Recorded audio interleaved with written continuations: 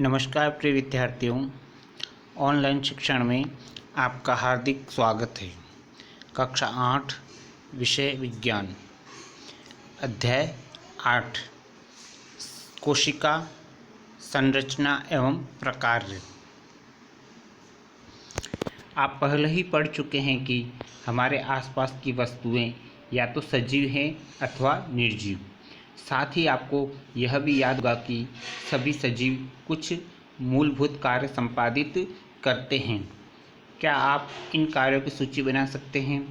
विभिन्न अंगों के समूह विभिन्न कार्य करते हैं जो आपके द्वारा सूचीबद्ध किए गए हैं।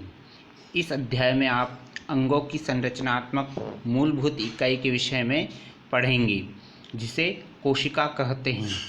कोशिकाओं की तुलना हम ईंटों से कर सकते हैं। जिस प्रकार विभिन्न ईंटों को जोड़कर भवन का निर्माण किया जाता है, उसी प्रकार कोशिकाएं एक दूसरे से जुड़कर प्रत्येक सजीव के शरीर का निर्माण करती हैं। कोशिकाओं की खोज। रॉबर्ट हुक ने 1665 में कॉर्क के स्लाइस का सामान्य आवर्धक यंत्र की सहायता से अध्ययन किया। कॉर्क पेड़ की छाल का एक भाग है। उन्होंने कॉर्क की पतली स्लाइस ली और उसका सूक्ष्मदर्शी की सहायता से अध्ययन किया। उन्होंने कॉर्क की स्लाइस में अनेक कोष्ठयुक्त अथवा विभाजित बक्से देखे।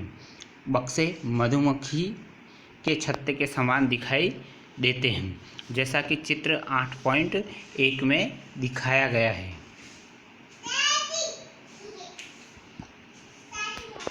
आप ध्यान से देखें कि यह एक मधुमक्खी का छत्ते के समान दिखाई दे रहा है।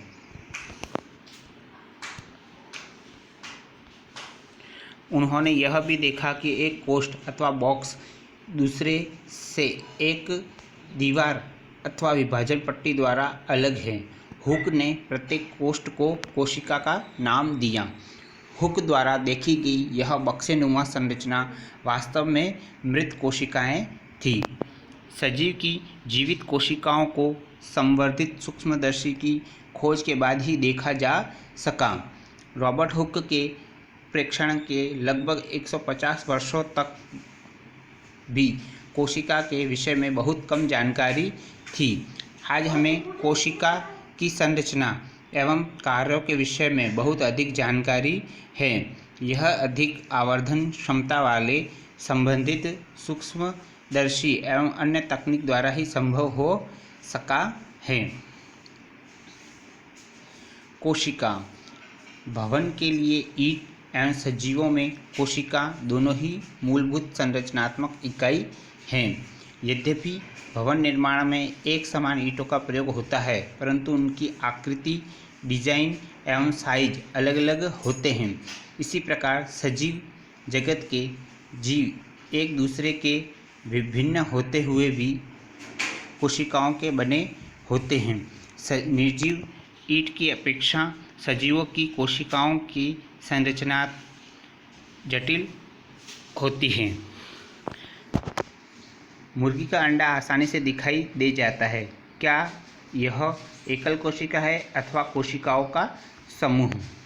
यहाँ मैं आपको बताना चाहूँगा कि मुर्गी का अंडा एकल कोशिका है। आकार में बड़ा होने के कारण इसे नग्न आंखों से भी देखा जा सकता है। सजीवों में कोशिका की संख्या, आकृति एवं साइज में भिन्नता होती है। वैज्ञानिक किस प्रकार सजीव कोशिकाओं का प्रेक्षण एवं अध्ययन करते हैं? वह सूक्ष्मदर्शी का उपयोग करते हैं, जिसकी सहायता से वस्तु के आवर्धित प्रतिबिंब का अध्ययन किया जा सकता है। कोशिका की संरचना का विस्तृत अध्ययन करने के लिए अभिरंजक का प्रयोग किया जाता है। पृथ्वी पर लाखों जीव हैं। वह आकृति एवं साइज में भिन्न हैं। उनके अंगों की आकृति, साइज एवं कोशिकाओं की संख्या में भिन्नता होती है। आइए इनमें से कुछ का अध्ययन करें। कोशिकाओं की संख्या। क्या आप किसी लंबे वृक्ष अथवा हाथी जैसे विशालकाय जंतु के शरीर में पाई जाने वाली कोशिकाओं की संख्या का अनुमान लगा सकते हैं। यह संख्या खरबों खरबों में हो सकती है। मनुष्य के शरीर में कई खरब कोशिकाएं पाई जाती हैं, जो आकृति एवं साइज में भिन्न होती हैं। कोशिकाओं के विभिन्न समूह अनेक प्रकार के कार्य करते हैं। 1 अरब में 100 करोड़ होते हैं, 1 करोड़ में 100 लाख होते हैं।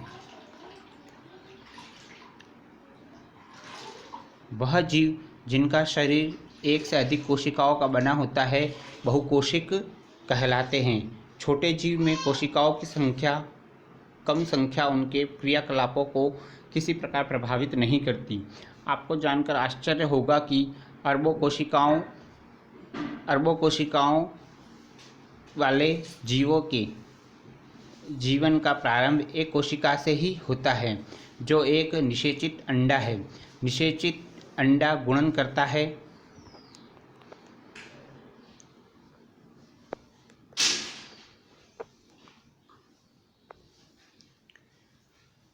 तथा वृद्धि एवं परिवर्धन के साथ कोशिकाओं की संख्या बढ़ती है। दोनों जीव एकल कोशिका के बने होते हैं। एक कोशिका वाले जीवों को एक कोशिक जीव कहते हैं। एक कोशिक जीव भी वह सभी आवश्यक क्रियाएं करता है जो बहुकोशिक जीवों द्वारा की जाती हैं। एक कोशिक जीव जैसे कि अमीबा भोजन का अंतर्ग्रहण करता है तथा पचाता है एवं श्वसन, उत्सर्जन, वृद्धि एवं प्रजनन भी करता है। बहुकोशिक जीवों में यह सभी कार्य विशिष्ट कोशिकाओं के समूह द्वारा संपादित किए जाते हैं। कोशिकाओं का यह समूह ऊतक का निर्माण करते हैं तथा विभिन्न ऊतक अंगों का निर्माण करते हैं। कोशिका की आकृति। चित्र में दर्शाए गए अमीबा की आकृति को आप किस प्रकार परिभाषित करेंगे? आप कह सकते हैं कि इसकी आकृति अनियमित है। वास्तव में अमीबा की कोई सुनिश्चित आकृति नहीं होती, यह अपनी आकृति बदलता रहता है। इसके मुख्य शरीर से बाहर की ओर परवर्ती लंबाई के प्रवर्ध उभरते हुए दिखाई देते हैं, जिन्हें पादाभ कहते हैं। जैसा कि यह प्रवर्ध अमीबा की गति के समय अथवा भोजन का अधिग्रहण करते समय बनते एवं बिगड़ते रहते हैं। अमीबा की बदलती हुई आकृति पादाभ के बनने के कारण होती है, जो उसे गति प्रदान करने एवं भोजन ग्रहण करने में सहायता करता है। मनुष्य के रक्त में पाई जाने वाली श्वेत रक्त कोशिकाएं भी एक कोशिकीय संरचना का उदाहरण है, जो अपनी आकृति बदल सकती हैं। WBC यानी वाइट श्वेत रक्त कणिकाएं एक कोशिका हैं, जबकि अमीबा एक पूर्ण विकसित जीव है जिसका स्वतंत्र अस्तित्व है। आपके विचार में उन जीवों में कोशिकाओं की आकृति कैसी होगी जिनमें लाखों कोशिकाएं होती हैं? मानव में विभिन्न प्रकार की कोशिकाएं जैसे कि रक्त, पेशी, तंत्रिका कोशिका दिखाई देती हैं। ये विभिन्न आकृतियां उनके विशिष्ट कार्यों से संबंधित हैं। कोशिकाएं सामान्यतः गोलीय, चपटी, गोल अथवा लंबी होती हैं। कुछ कोशिकाएं लंबी होती हैं जिनके दोनों सिरे नुकीले होते हैं। इनका आकार तर्कूरूप होता है। कभी कभी कोशिकाएं बहुत लंबी होती हैं। कुछ कोशिकाएं शाखान्वित होती हैं, जैसे तंत्रिका कोशिका। तंत्रिका कोशिका संदेश प्राप्त कर उनका स्थानांतरण करती हैं, जिसके द्वारा यह शरीर में नियंत्रण एवं समन्वय का कार्य करती हैं।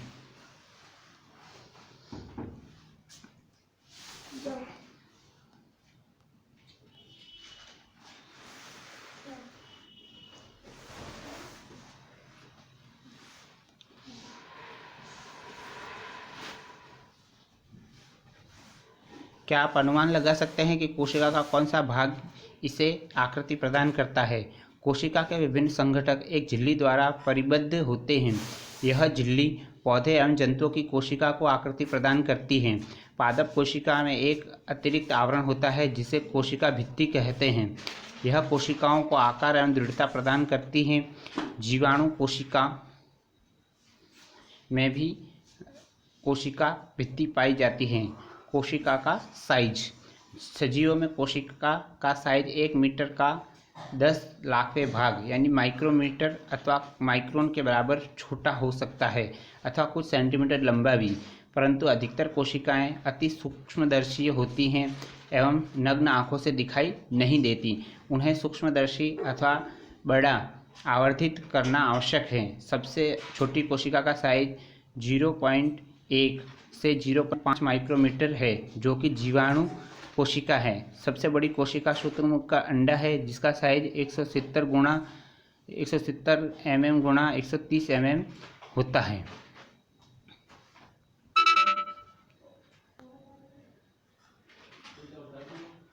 मुर्गी का एक अंडा जिसका छिलका अलग कीजिए। एक सफ़ेद पदार्थ केंद्र के पीले भाग को घेरे हुए है। सफ़ेद भाग एल्बुमिन है, जो उबालने पर ठोस में परिवर्तित हो गया। पीला भाग यॉक है। यह एक एकल कोशिका का भाग है। आप इसे आवर्धक उपकरण के बिना भी देख सकते हैं। क्या हाथी की कोशिकाएं चूहे की कोशिकाओं से बड़ी होती हैं? तंत्रिकाएं किसी कोशिका के साइज का संबंध किसी पौधे अथवा जंतु के साइज से नहीं होता। ऐसा बिल्कुल भी आवश्यक नहीं है कि हाथी की कोशिकाएं चूहे की कोशिकाओं से बहुत अधिक बड़ी हो। कोशिका के साइज का संबंध उसके प्रकार से है। उदाहरण के लिए तंत्रिका कोशिकाएं हाथी एवं चूहों दोनों में ही लंबी एवं शाखान्वित होती हैं।